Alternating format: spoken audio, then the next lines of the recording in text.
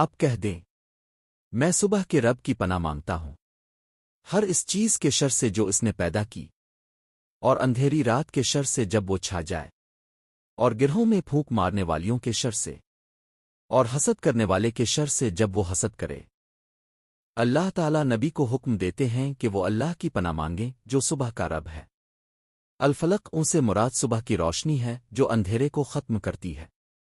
یہ اس بات کی علامت ہے کہ اللہ ہر مشکل سے نجات دینے والا ہے، یعنی اللہ کی ہر مخلوق میں اگر کوئی نقصان دہ چیز ہو تو اس کے شر سے پناہ مانگی جائے۔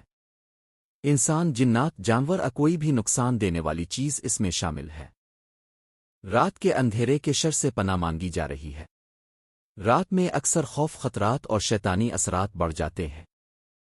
یہ جادو کرنے والی عورتوں جادوگروں کی طرف اشارہ ہے۔